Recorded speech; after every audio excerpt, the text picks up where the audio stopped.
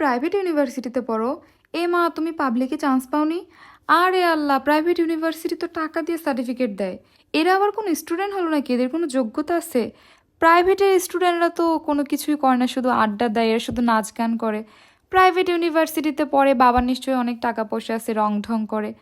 এসব আসলে আমার কথা না, এসব আমার নিত্যদিনের কথা। আমার রিলেটিভস এ ও সে যে আমাকে জিজ্ঞেস করে, সেই বলে প্রাইভেট ইউনিভার্সিটিতে কেন পড়ি, ঢাকা ইন্টারন্যাশনাল ইউনিভার্সিটিতে কেন পড়ি, যদি প্রাইভেটেই পড়া হয় নর্থ সাউথ ব্রাকে কেন পড়ি না।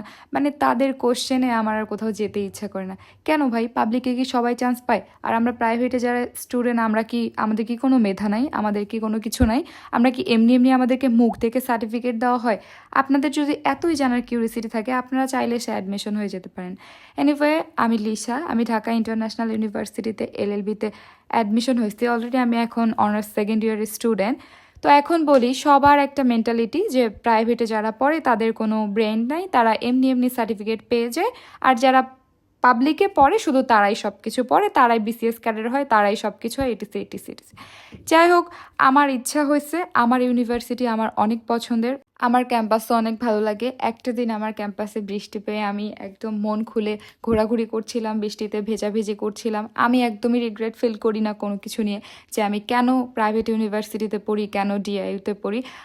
I love my DIU. যাই হোক, আমি জানি না যে কার মেন্টালিটি কীরকম, কারা এটা নিয়ে কী ভাবে। তো আজকে আমাদের ইউনিভার্সিটিতে যখন আমি গিয়েছিলাম, একটু পরে অনেক বৃষ্টি শুরু হয়। আর বৃষ্টিটা দেখে আমার ইচ্ছা করছিল আমি একটু ক্যাম্পাসে ভিজবো আর একটু ভিডিও করব। আমি আমার দুটো ফ্রেন্ডকে বলেছিলাম আমার একটু কয়েকটা ভিডিও করে দিতে। আর আমি মনে করি কি, ইউনিভার্সিটি এটা কোনো ফ্যাক্ট না যে আমি প্রাইভেটে পড়ি নাকি আমি পাবলিকে পড়ি, এইটা কোনো ফ্যাক্ট না। আমার মনে হয় যে যদি ভালোভাবে পড়াশোনা করেন, আপনার জ্ঞান অর্জন করতে পারেন এবং দক্ষতা বৃদ্ধি করেন, তাহলে কর্মজীবনে সফল হতে কিন্তু কেউ বাধা দিবে না, কেউ আপনাকে আটকাতে পারবে না। আপনার ভবিষ্যৎ হচ্ছে আপনার হাতে। কোনো বিশ্ববিদ্যালয়ের নামের উপরে নিজেকে কখনো টিকে রাখা যায় না।